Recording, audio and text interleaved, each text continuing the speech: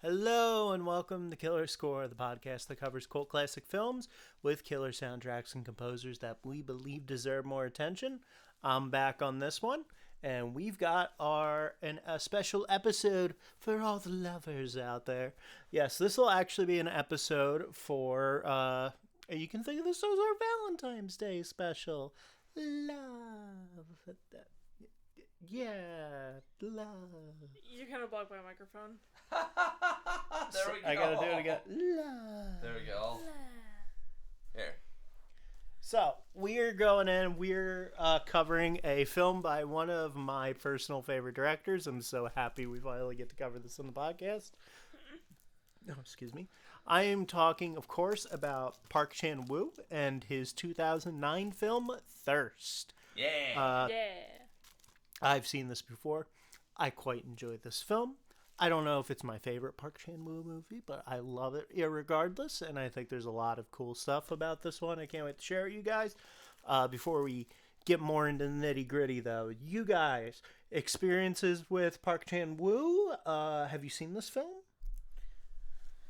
No, I have not. I've seen Old Boy and The Handmaiden, but that's about it. Fantastic films. I have seen Old Boy and Sympathy for Mr. Vengeance. That's it. Honestly, if there's... didn't we watch The Handmaiden for a movie club or something? No. Yeah, we did. For a movie club. Early on. Oh, I did see The Handmaiden. I'm stupid. But so yeah, that's that was like years ago. But still, if there's anything this podcast proves, it's that I've got to watch more Korean movies, because there's a freaking treasure trove of Korean movies that sorry, Oathbreaker, but I have to hit you up in a little bit.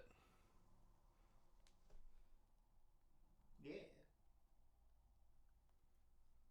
Someone gonna fucking say something? Yeah, sorry, I was interrupted. But yeah, I'm excited for this one. As am I. I'm excited for this one because I hear Old Boy director doing a vampire movie, and I'm like, oh, I actually don't know what to expect here, because... Yeah, neither do I. You're good. I do know he's a great... When you do it. Sorry. I do know he's a great director. I mean, yes, he is. Old Boy is a treasure trove of cinematography. Mm-hmm. And also, it's baffling to know that there's a fucking Spike Lee remake. Yeah, don't watch it. Don't bother. It's not good. It's very bad. Yeah, it's like, I put it up there with a remake of Psycho. That's got its moments, at least, and Yeah. it's like a 1-to-1 remake, weirdly enough. Yeah, but it's also like, what's the point? Yeah, but like the thing with like the Old Boy remake is basically it just screws with the message of the original. Yeah. Where it's like, yo, revenge is actually fucking cool as hell. Yeah, not the message there's of the any- original. That's definitely the message of the original if you're totally media blind. Yeah. So, yep, we're going to be talking about Thirst, and this is a very interesting movie. I just realized I'm wearing a dress like this, and I said, well, we're going to talk about Thirst. I was waiting I kept a mental timer of when you were going to make the joke. Yeah. It was I like did not even think of that. Plunging 4 minutes. fucking cleavage here, and I'm just like, we're going to talk about Thirst. Yep. Cue the royalty-free jazz music. Yeah. So, this is a fun one. So, yeah, it's a 2009 vampire romance film directed by Park Chan-wook with music by Yeong-wook. So, it's actually, interestingly enough, one of his works that's based off a pre-existing work of fiction. Really? Didn't know that. Yes, this is based off the 1867 highly controversial French novel Therese Roquin. Therese Roquin. Yeah, there you go, like that, by Emile Zola. And Oh damn. oh, you know? I've heard. I haven't read Zola, but I'm familiar with Zola. Yeah, but similar story. You know, forbidden love thing, but this is a vampire. It was like super controversial because of its sexual content and stuff like that. Like a Madame Bovary? Yeah. It was like, oh, how Lady Chatterley's lover. Yeah, how salacious, that sort of a deal. So yeah. So it's basically about a Catholic priest turned vampire after a failed medical experiment, and he begins to fall in love with his childhood friend's wife, so there's like elements of infidelity in this too. Ooh. Which makes it even more scandalous. And Catholicism. Yeah. So the film was an international production with the United States, actually. When they went into this, they decided they wanted to do more with United States and South Korea making movies together, and it was actually it was first released in South Korea. The movie garnered a lot of critical praise when it released and did fairly well, but a lot of people now would call it a overlooked gem of vampire media. Interesting. Yeah. Cool. So the music, as I stated, was done by Yeong-wook, who was actually a longtime collaborator of Park Chan-Wook and scored most of his movies before and after this one. Nice. I couldn't find a ton about him, but I found out that outside of this film, he's also scored a plethora of Korean films, a few TV shows, and has won a ton of international music awards for his composing. I did not list them because the list was like so long that I was like, I'm not going to like read off all of this. But just look up his Wikipedia page. You'll see, and you'll be like, that is a lot of awards. Wow, yeah. The Dragon Award, he won so many times. I cannot believe it. Nice. So this movie's also interesting because it was much like our episode Legend. This was one of those movie ideas that the director had floating in the back of their head for a long time. Park Chan-wook actually came up with this while he was only working on his third movie. Oh, wow. Which was the political thriller Joint Security Area, which was also his first major hit. It was only his third movie, but he considers that his directorial debut because the first two movies had a lot of interference with them, and he didn't get to like really show his vision on those. Mm-hmm. And unlike a lot of his other projects, he didn't write those movies. Like he actually wrote. He writes a lot of his movies. He wrote this movie as well. Nice. So Wook basically pitched the idea to the star of the film of Joint Security Area, which was Song Kang-ho, who's also the star of Thirst here. And interesting thing about Song Kang-ho, some of you might be like, oh, that name sounds kind of familiar. Yeah. Well, along with starring in this movie, he collabed on multiple projects with Bong Joon-ho. Oh. Like Parasite and Host. Oh, shit. Oh, Parasite. That's another one I saw. Yeah. That was good. Well, that's a different director. No, I meant like Korean movies in general. Okay, yeah. South Korean movies. So Song has made quite a career for himself over the years, outside of Parasite, Host, and he's been in almost every Bong Joon-ho movie, funny enough. Oh, damn. He was also in Memories of Murder and Snowpiercer. Oh. Yeah. Damn. And Song has become prolific among like film and acting fans. He's been called by a lot of publications one of the greatest actors of all time. Ooh. Oh, wow. Yeah, like a lot of major cinema publications have said that Song is one of the best like actors ever. And this is the star of this movie? Mm-hmm. He's also you would know him from Parasite. He was like He was like the father in Parasite. Yeah. Oh, okay. Yeah. So Wook basically asked him to star in a vampire movie that he was working on, and Song was like, yeah, I'm interested. That sounds fun. Mm-hmm. But, he had a lot of other projects he had to work on to get out of the way first. They all had their obligations. And this underwent a lot of changes. So when he first conceived of this, it wasn't more of a Tari of the Rakin. Yeah. It was actually much more straightforward horror. Interesting. And it was originally called The Bat. But The Bat. to convey a horror tone. But as like the story changed and progressed, and Park Chan-wook realized it was becoming more of a story about lust, faith, and illicit love, and since he didn't wear hockey pads, that it was a better idea to change the name to convey that sort of a, like a more sensual danger. Yeah. As I stated, this was a Korean and U.S. studio project, but it was actually the first ever film to be funded by both Korea and U.S. studio distribution. Interesting. Yeah. It also caused quite a stir at the time by being the first Korean film to feature full frontal male nudity. Oh. Yeah. Oh. Yeah. But... Hey, editing, Richie, I'm sorry. Just don't show it. You don't have to show someone hanging dong. It was a joke because how I did that thing with the censor bars in Under the Silver Lake. You could just not show it. You could just not show it, yeah. Yeah, I'm gonna not do that. Good point. Yeah. We're not doing fucking House of the Dragon here. So it actually thank God tore up the festival circuit when it got released. Oh. Won the jury award at Cannes. Cannes. At Cannes. Won the jury award at Cannes. Got nominated for a Palme d'Or. Oh. Yeah. But when it did release, there was an interesting critical disparity between the Korean and U.S. viewers. Huh. So the film follows a Catholic priest who falls into temptation and everything. But Korea is pretty much a secular country. Like, a little over 50%. I did a research into religious demographics in South Korea. A little over 50% of the population is non-practicing and does not follow any particular denomination or have any strong feelings of faith. I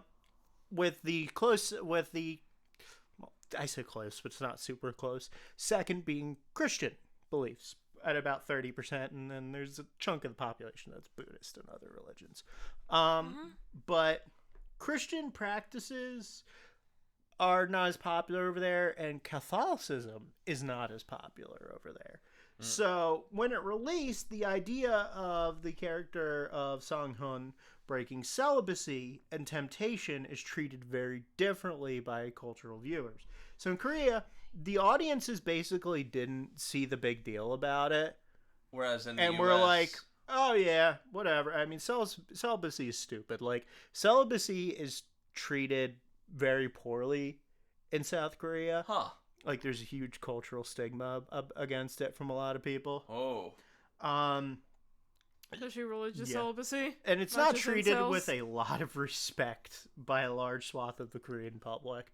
So the whole Catholic priest thing, falling into, temptation, breaking celibacy, that's just like a thing over here. While the much more religious U.S., which has a large number of Catholics, probably one of the largest numbers of Catholics of any country. It's like here in the British Isles and like Italy, those are like France has Spain. A lot of Catholics. And Spain. I bet a lot of proverbial monocles were popping. Yeah. So they were like, my word, over here about the idea of it. Much more scandalous over here, funny enough. But this is going to be one of those episodes where we're mostly discussing the meteor stuff because, like, outside of like those interesting critical cultural production, few production notes, this wasn't like some big debacle of a movie, like there wasn't a lot of crazy production stories like a lot of other things. A rarity for this show, to be honest. No, this movie just kind of came out and it was like, it was good, it did fairly well, but like the reason I'm covering this is it's one of the lesser known vampire movies in the Western Hemisphere. I'm sure it's much bigger in Southeast Asia and in Asia in general, where the Asiatic region, because people are like, oh, yeah, thirst, because it did very well in South Korea, but, it did okay over here. Yeah. Or however you pronounce thirst and however thirst is translated into I think it might even have a different title in Korean. It probably has a different title, yeah. Which, maybe I'll put it up in subtitles in post. Yeah, I mean, I can pop it up real quick. It won't take me that long. So, it's just one of those cultural things. Okay. Oh, it's literally just called Bat in Korea. I'm not wearing hockey pads. Okay. So, not still a somewhat central title, and I actually can read a little thing of why the title Thirst was chosen, why Park Chan-wook was like, yeah, that's a good title. I assume that was intentional for the, Yeah, but it was more. It was a horror story about vampires, but it's more than that. It's about passion and a love triangle. I feel it's unique because it's not just a thriller and not a horror film, but also an illicit love story. So that was his. Thirsty. That was his idea. So in other words, those jokes actually were perfect. And we've got the film right here, which this was like a altered version of the international box art, because there was actually the original poster of this was a bit more illicit because you could see her legs over his shoulders. Whoa. Damn. On that, but it doesn't have that on this. It's one of those weird cases where I don't know if I prefer this poster or the original Korean poster. I mean, that one's not bad. No, it's not bad, but the original Korean poster has them like embracing with like conflicted looks on their faces, staring into the camera.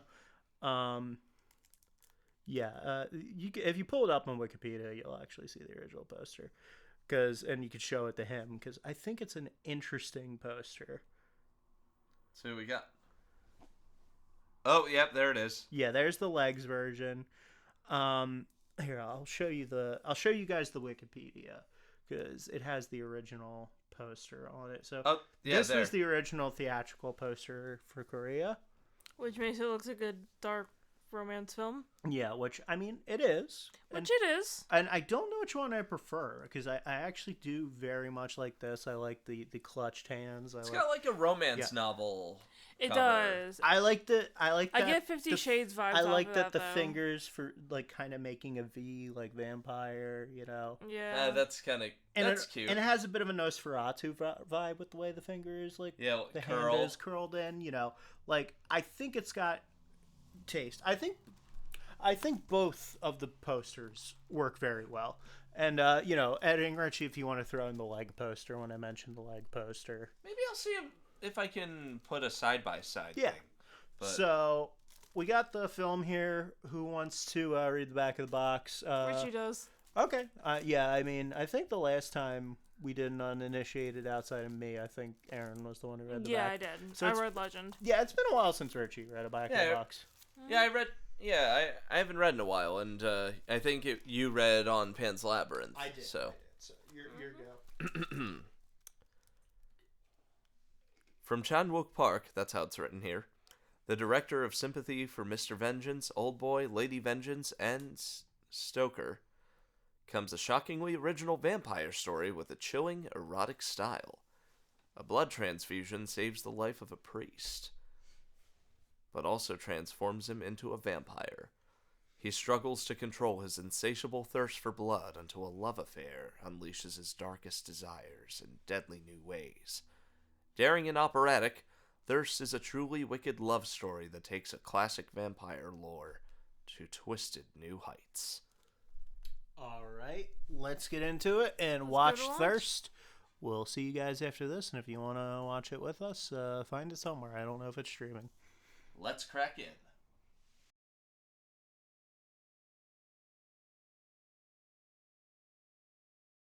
And we're back. We've just finished watching Park Chan-wook's 2009 vampire film, Thirst.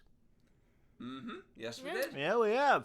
And I gotta say, upon rewatch, pretty good. Pretty good. It's not my favorite Park Chan-wook movie. Yeah. I prefer the Vengeance trilogy and some of the stuff that came after this, but I still think this is a good movie. It's just kind of a little drawn out at points, and to me it feels like they couldn't decide. It feels like partway through it got totally confused. Park Chan-wook got bored. So he ramped the stakes and up. Then he was like, oh, I guess I don't want to just do an erotic vampire thriller. Okay, now it's also a psychological horror drama about vampirism, which, like, cool. I just wish it would have picked a tone. Picked a lane. Yeah, I like lane. I like the ending, and as per usual, Park Chan-wook's great at dark comedy because there's some great dark comedy bits towards the end. But like, yeah, I like this doesn't grab me and hold me until the end like his other movies do. Especially not, say, Old Boy. Or even The Handmaiden. Yeah, because Handmaiden I was invested 100% of the time all the way through. And, like, I don't know, maybe it's just because I'm gay as shit, but, like, the eroticism in Handmaiden for me was way hotter than this movie. Also helps that Handmaiden had more of a consistent tone, so... Yeah. Like, like, it had twists and turns, but it had a consistent... You know what was going on. Yeah, exactly. And you know, you didn't know what was going to happen next, but you had an idea of, like, this is where this movie's going to go. So, like, nothing was out of left field. So I guess the two uninitiated here, I guess. Yeah. I'm just going to lower this a little bit. And then like this. There we go. That's better, because it was hit right in my forehead. You know, with the priest playing a recorder in this movie, all I could think of was that image of... Bowie? All I could think of was that album cover for Mystery Kondachi Band. Oh my god, the vampire playing the flute. With the vampire playing the flute. I'll put it... Yeah. Send it to me so I can put it up in post in a little bit. Yeah. So, speaking of recorders, I have a question for our international viewers, and please let me know about this in the comments. Is the recorder seen differently in other countries than it is in the US? Because in the US, the recorder is treated as, like, this is something you give your 7-year-old to teach them how to play hot cross buns. And it's the most annoying shit in the planet. I feel like every music class... Sure? For me, it was Three Blind Mice. Yeah, Same that too. worked there. Oh. Three Blind Mice... Yeah. Yeah, hot cross buns. Anyway, Thirst. yeah, I just want to ask, does the recorder have a different reputation outside of the U.S. than it does in the U.S.? Because the U.S. it has a horrible reputation. Yeah. I mean... Alright, I sent it to you, Richie. Thank you. No I mean, recorder has been used for some banger tracks, actually. Like, Rock the House by Gorillaz. Yeah. I will say... That's a recorder. That's not a flute or anything. The funniest thing for the recorder for me is there's a video I want people to go look up and watch. I'm going to do a weird Dahlia recommendation. Oh, no. Go watch Kiss from a Rose recorder cover. Anyway, Erin, thirst? Yeah. Sorry, my brain was on a recorder tangent. My brain's still on that recorder tangent. I apologize. Sorry. Okay, so Thirst. This is a movie that almost epitomizes the stereotype that Korean films have no chill. Because, like, Korean horror films is like a genre where it's like everything is at 100%. Like, nothing, like, and it keeps going higher. Like, nothing starts at, like, a 20. Like, it's, like, this movie starts out with, like, the priest being all like, oh yeah, it's basically my job to give people their last rites in a hospital. Which is a depressing fucking job. You're basically, like, the saddest chaplain. Yeah. I mean, talk about a downer job there. Yeah, I mean, that's up there with working in hospice. Yeah. Oh, is that what? Yeah, that's what we want. Alright, I'll let him out. You guys can continue. Anyway, so, Thirst. This movie is bleak and, as established, has no chill, and maybe could have standed to be truncated in places, but I honestly thought it was pretty good. I thought it was pretty good, too. I feel like... Oh, let me sit back. Yeah, I was gonna say. I feel like there were some scenes that kind of dragged on a little too long. We'll get into that in spoilers. this middle section of the movie did kind of. This movie's 2 hours and 14 minutes long. At some points, it felt it.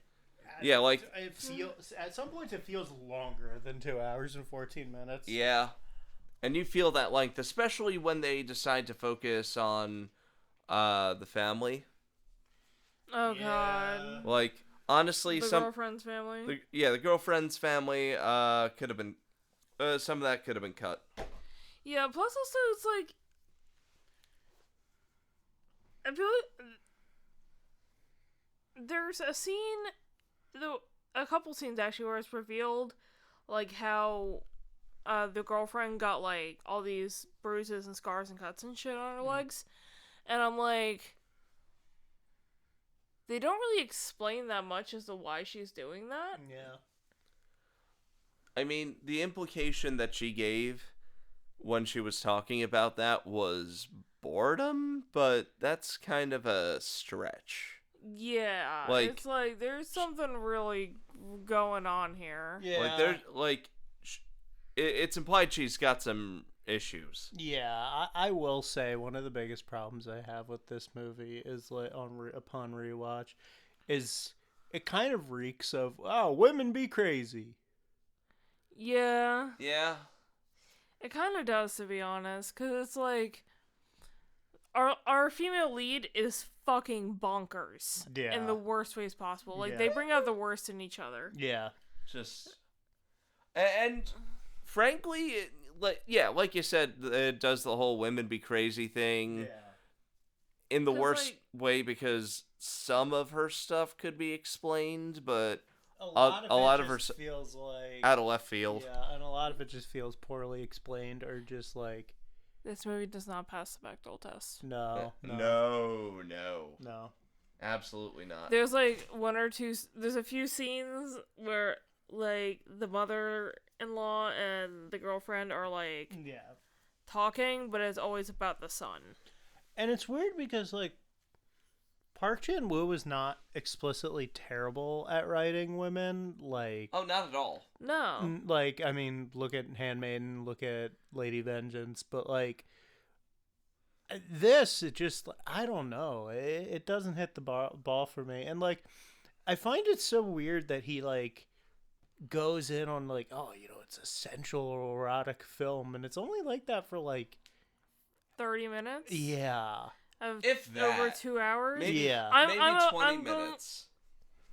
Well, that was a couple of those sex scenes went on for a while. Yeah. That's why I said 30 minutes. Yeah. You know what? Come to think of it, you're probably right. Yeah, because the one hospital sex scene, I was like, they're still going? Jesus Yeah, because when it gets to, like, the halfway point, yeah, like, all that stuff kind of goes out the window. Yeah. Plus, it's like, around the halfway point, you find out the girlfriend's, like, sleeping around. Yeah. And you're just like, where... And it doesn't really go anywhere. Yeah, and they don't do anything with that. They don't do anything with that. My question is, and I know this is the stupidest question ever, how the hell do you get bored with vampire sex? Here's my other problem, too. Because you can only like, get so kinky. My other problem, too, is, like, they kind of, like, hint that, like, she's never... Satisfied? Like, well, that she's never, like, had a true erotic experience before, like, the vampirism? priest. And I'm like, so where the fuck did this come from? Oh, Beowulf? Repression. It's, I don't know, it just feels messy in it some does, regards. yeah, because it's like, I feel like they're trying to go for, like, these are two sexually repressed people, and that's why they're this way. But... No, they're just bad people. They just suck. Literally. I mean, they're... Can't put with the dad jokes. I feel like... Let me have my fun. I feel like there's more they could have done with certain, like, stuff that I thought was more interesting. They don't really go into the whole martyrdom and, like... Guilt. And vilify. Well, no, they go into the guilt a lot. Yeah, but they don't really go into the whole idea of them like deifying this guy for surviving his blood experiment and stuff. Like, it's there like for like 15 minutes. Where everyone's like, save my son, save my child, save my cousin's ex-girlfriend. I don't know. And, like, I feel like you could have done a lot with that, with, like, you know, the moral complexity of, like, being some sort of weird undead creature sort of while like people trying to deify While people you. think you're a demigod, yeah. Kind of like a Dark Messiah type thing. Yeah. Yeah. Like, there's a lot of cool ideas you can do with that. Beowulf, hey. I Beowulf. love the idea of... Sorry, he's trying to chew on the screws. There's some really interesting visual stuff they did, too. I love the... I wish they had done the facial bandage stuff longer, because I love the look of that. It reminded me a lot of the Claude Rains. Invisible Man. Invisible Man, or Dark Man. Mm-hmm. Yeah. Foreshadowing is a literary device. Yeah. Oh my god. But, no, I just thought it was, like, there's so many missed opportunities with this movie. Like, it really did need to pick a lane. I just missed the bit with, I don't know. I just feel like they probably could have stuck with the, like, for an erotic thriller, it doesn't feel very erotic. I'm not gonna lie.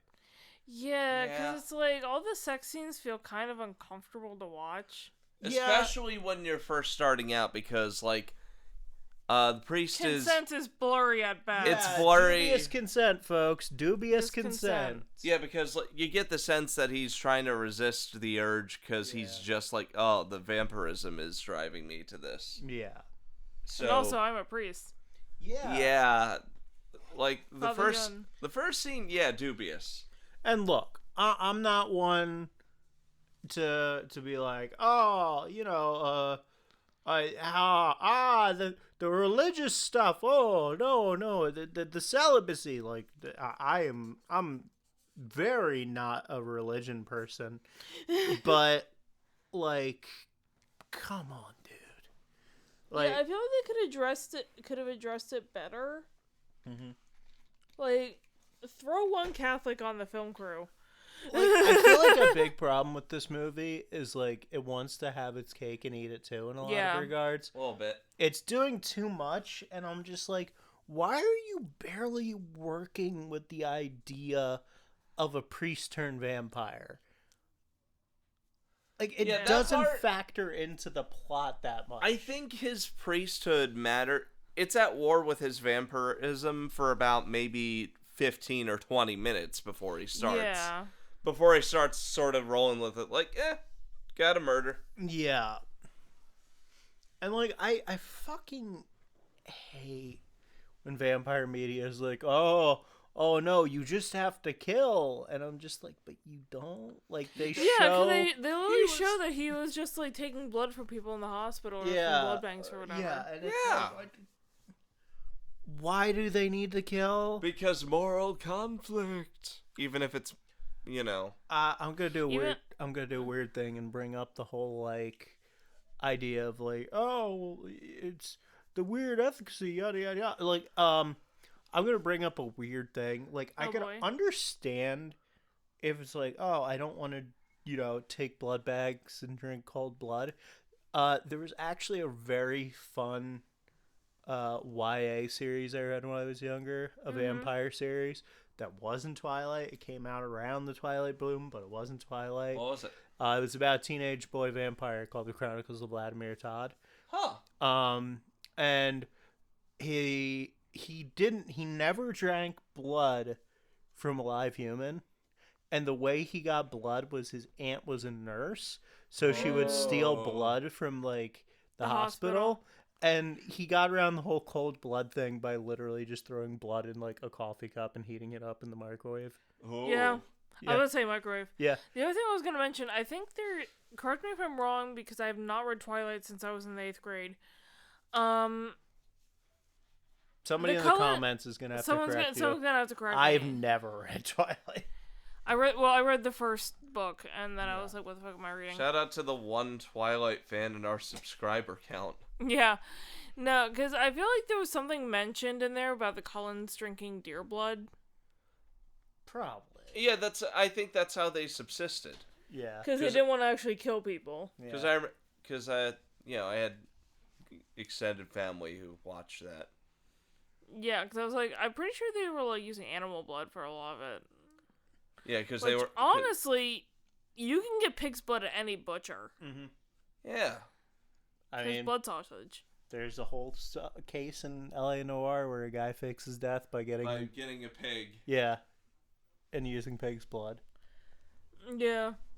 I mean, you can't get from butchers around here because the closest butcher to us is halal, so there are no pigs. But a lot of butchers you can get pig's blood from pretty easily. Just ask. Yeah. So, weird thing I just want to ask, like, the people in the community who are Jewish, halal, any of that kind of stuff, where they don't, like, do the pigs. 'Cause it's like, they're a dirty animal. And I'm like, pigs are, like, the cleanest animals out there.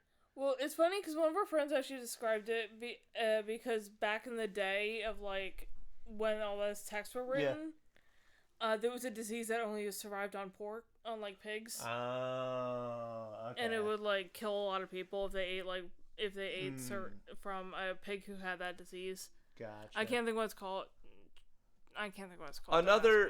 Another thing, too, that a Jewish buddy of mine once said was that it's also a matter of what pigs consume, because pigs will eat literally anything, including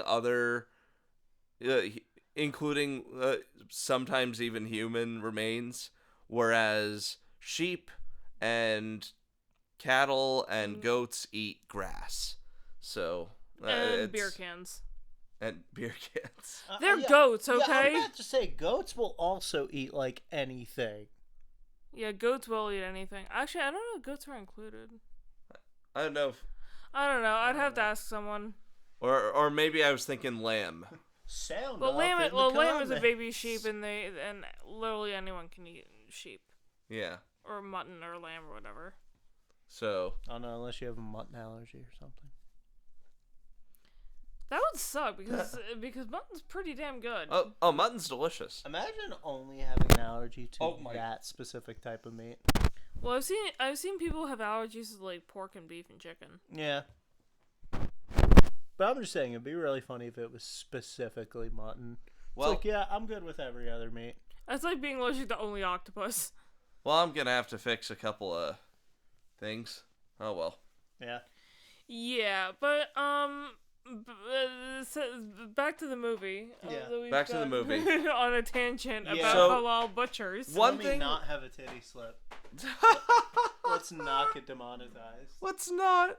Anyway, I was going to talk about the cinematography and the score, both of which I think are really big strengths of this movie. They are. They definitely are. One of my favorite things about this movie from a cinematography standpoint is its use of foreshadowing and build-up. Yes. I won't specify, but there are several shots of this movie that capitalize on showing a character's reaction before you see what occurs. True. You know what I mean? Like, you see someone's shocked face before it pans over. So I like the use of a panning camera when it's used well. I emphasize on when it's used well because, like, it was... as you said, it's like we show on someone's face and the camera pans to show what they're looking at. That's good cinematography. I know M. Night Shyamalan likes to do that a lot, and sometimes it'll just go to, like, there's a chair. Well, yeah, that's manufactured build-up there.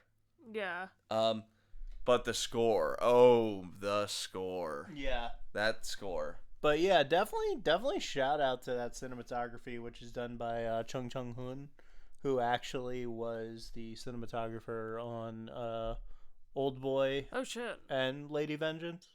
Damn. Okay, yeah. One of which I can say from firsthand experience, since I've seen Old Boy, is amazing. The cinematography in that film is so good. I mean, the cinematography in this is fantastic as well. I mentioned this when we were while we were watching it, how sometimes the film score uses instruments you wouldn't expect, like a clarinet was one of them, and I was like, that's an instrument you don't hear that much used as like the lead in a film score. And I'm gonna look at this or rotate or something because it's he's definitely good because he Chung Chung-hoon, like I said, because he's worked on multiple projects before and after this. As he well should. He was amazing. Yeah. He actually went on to do more Park Chan-Wook movies. He did Handmaiden, which also has excellent cinematography. Again, great cinematography. Oh.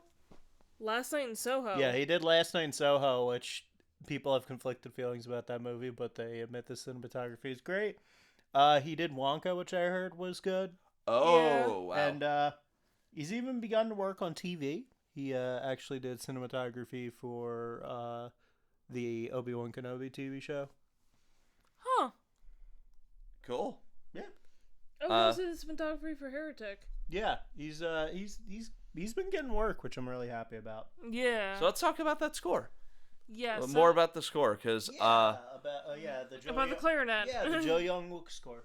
The clarinet and the string section.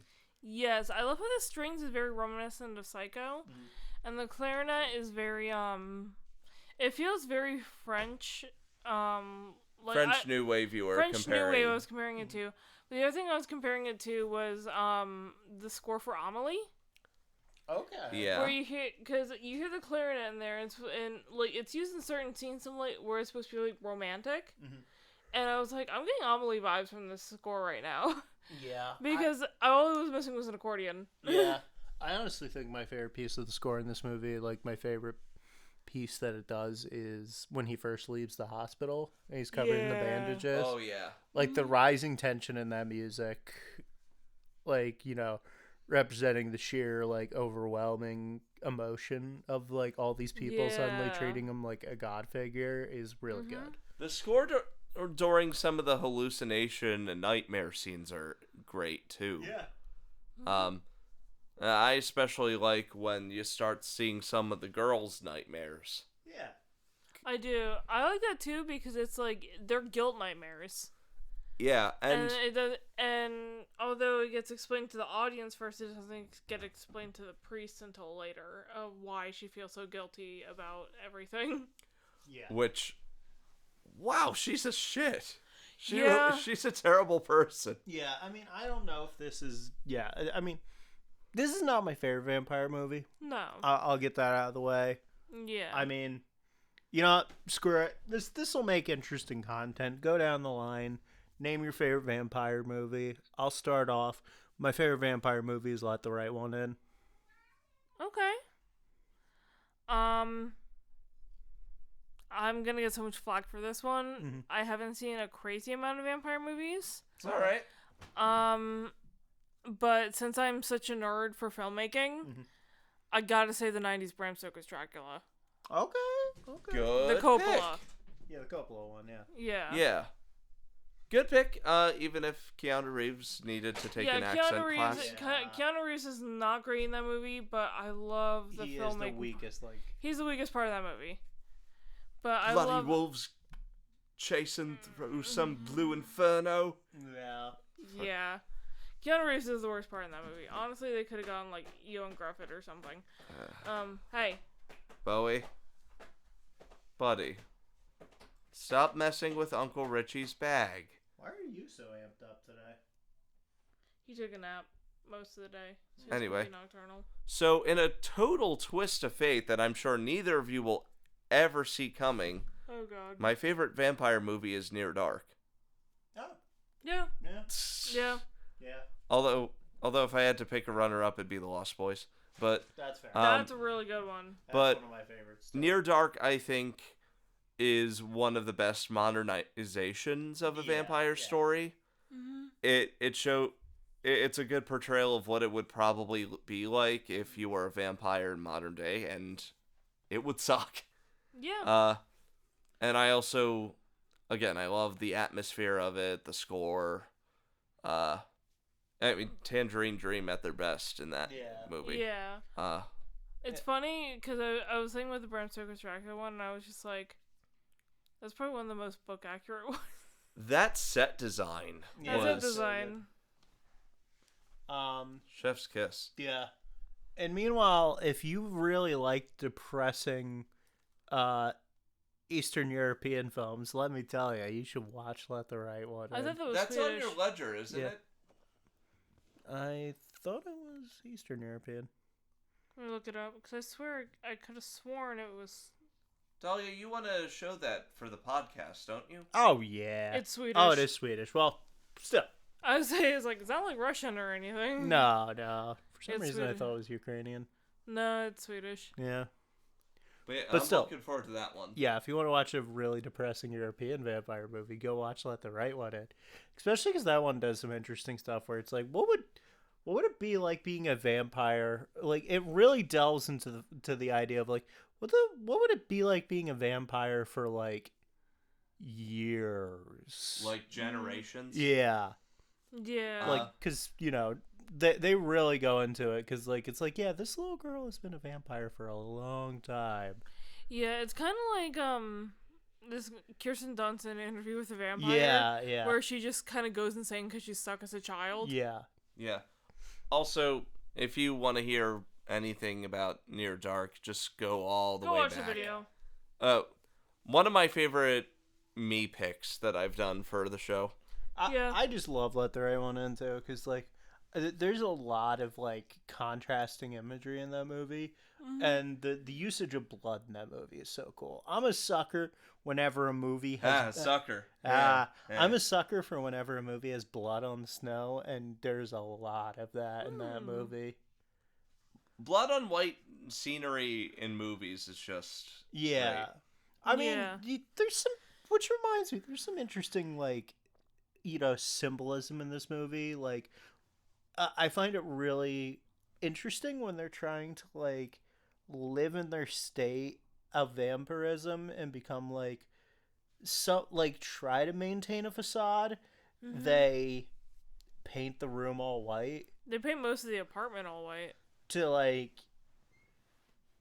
give it a more like clean and sterile look. I think that's really interesting. Yeah. Plus, also, depending on what kind of flooring that they have, you can bleach it and then just paint over it. Yeah. So it's just easier to clean up.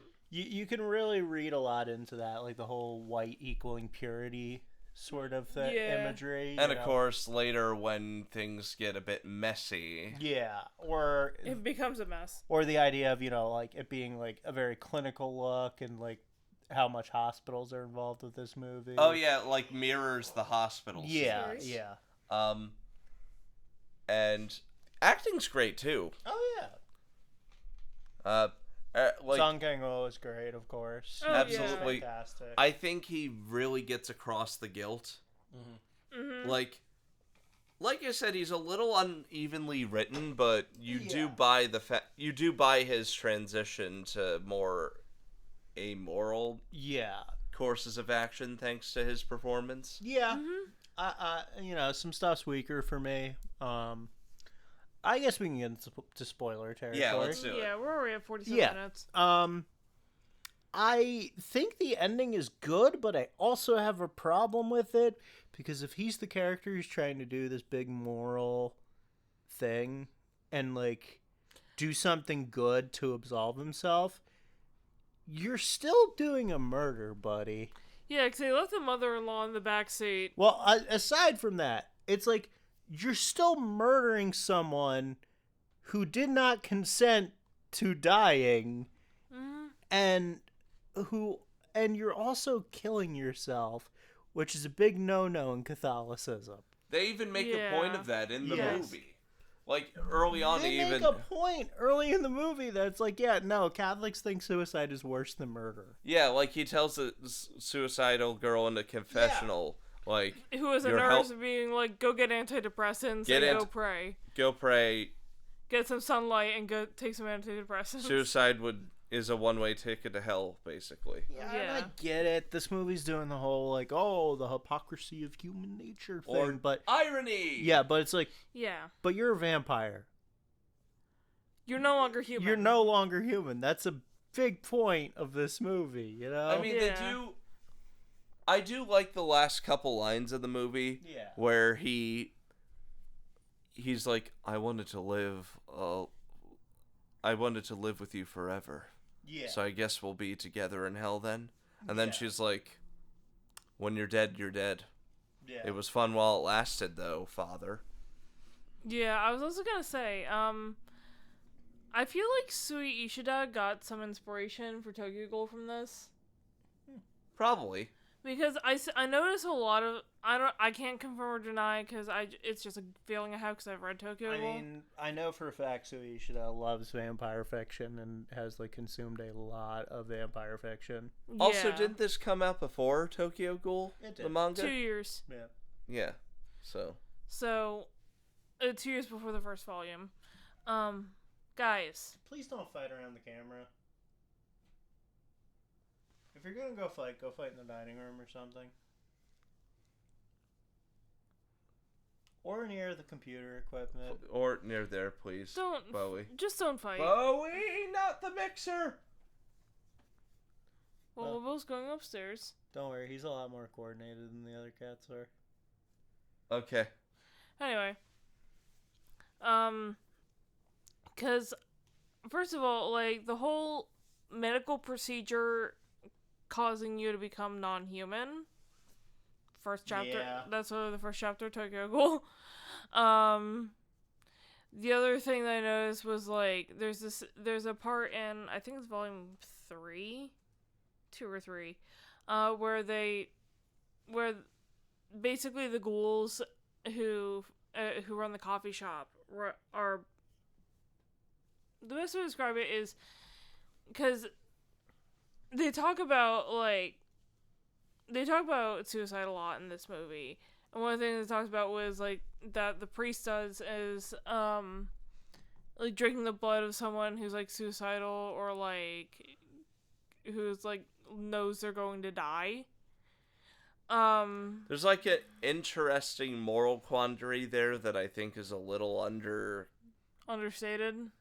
Understated and underutilized. Yeah. It gets hand-waved, essentially.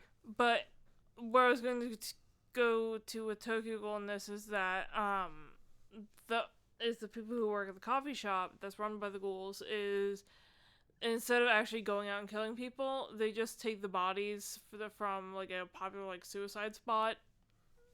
Yeah. And then just destroy those bodies basically because Yeah. they need human flesh in order to live. Editing Richie, this is a content warning note for the intro. Yeah. I just realized that. We've been talking about it a lot. But, yeah, there's a couple other things that I thought of through the movie, but I can't think of right now that had me going, oh yeah, that's like Tokyo Ghoul. Oh yeah, that's like Tokyo Ghoul. Oh yeah, that's like Tokyo Ghoul. I love Tokyo Ghoul. I haven't finished reading Re yet, so I can't say anything on that yet, but I've heard that's also very good. But also, the moral quandary of, like, how do you remain human when you're no longer human? Yeah. Yeah. Yeah, like, I feel like this movie for me is at its best when it's exploring guilt. Yeah. Because, like, with the nightmare scenes, I felt something there. Yeah. I especially like how they do the whole thing that the David Cronenberg Flying movie did. Yeah. Wherein they make the nightmares seem as if they're part of actual reality until they pull you out of it. Yeah. It kind of also reminded me of American Werewolf in London. Oh, yeah. That's another one that did good with that split perception thing. Yeah. Mm-hmm. Well, is there anything else you guys really want to talk about this one? Or we want to go... Give it a watch, I'd say. I'd say give it a watch. Give us your opinion. Yeah. I'm not sure where it's streaming, but I'll look it up right now. I think you can only really rent it on stuff. Yeah, probably like Apple TV or something. Yeah, you can rent it on stuff. Blu-rays are relatively cheap with this movie. Me being who I am, I'd say that the stylistic stuff makes it worth the price of admission. Like the cinematography. You gotta watch.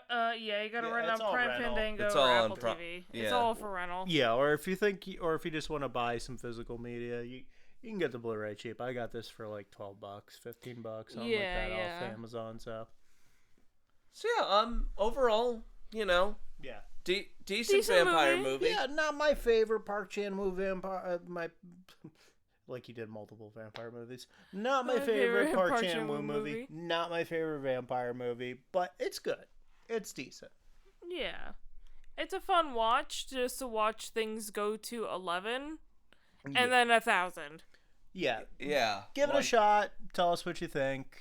Sound off in the comments below if you think we're completely off and you think that this is like a masterpiece of a movie. We welcome discussions. I mean, I wasn't bored. Discussions. We were not bored watching this movie. Because I was just like, oh my god. And there was one death that actually got me. Yeah. So it was... The older priest. Yeah. Yeah. The father. But I was almost crying. Father. Yeah. I was like, no, I liked him.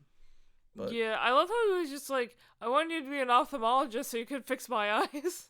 Yeah. And it's just like, no, but he became a priest instead. So, and then there was three. Yep, your turn again. So, subsequently, twice in a row, we've covered a dark fantasy movie about war, trauma, and abuse, and a toxic vampire relationship that just got worse and worse and worse until the very end. Alright, it's time for a mood lightener. Let's have some fun, people. As it's likely to be February when my episode is up and ready, I'm gonna bring a comedy to the table. Okay. And I'm gonna bring an all-black comedy to the table, 'cause February, and it's going to be it's gonna be like important mandatory viewing for anyone who's a fan of Martin Lawrence or Robin Harris or of old school 90s hip hop music, because that's right, we are going to take a look at Robin Harris and Kid and Play's comedy classic As We Throw a House Party. All right. See you next time.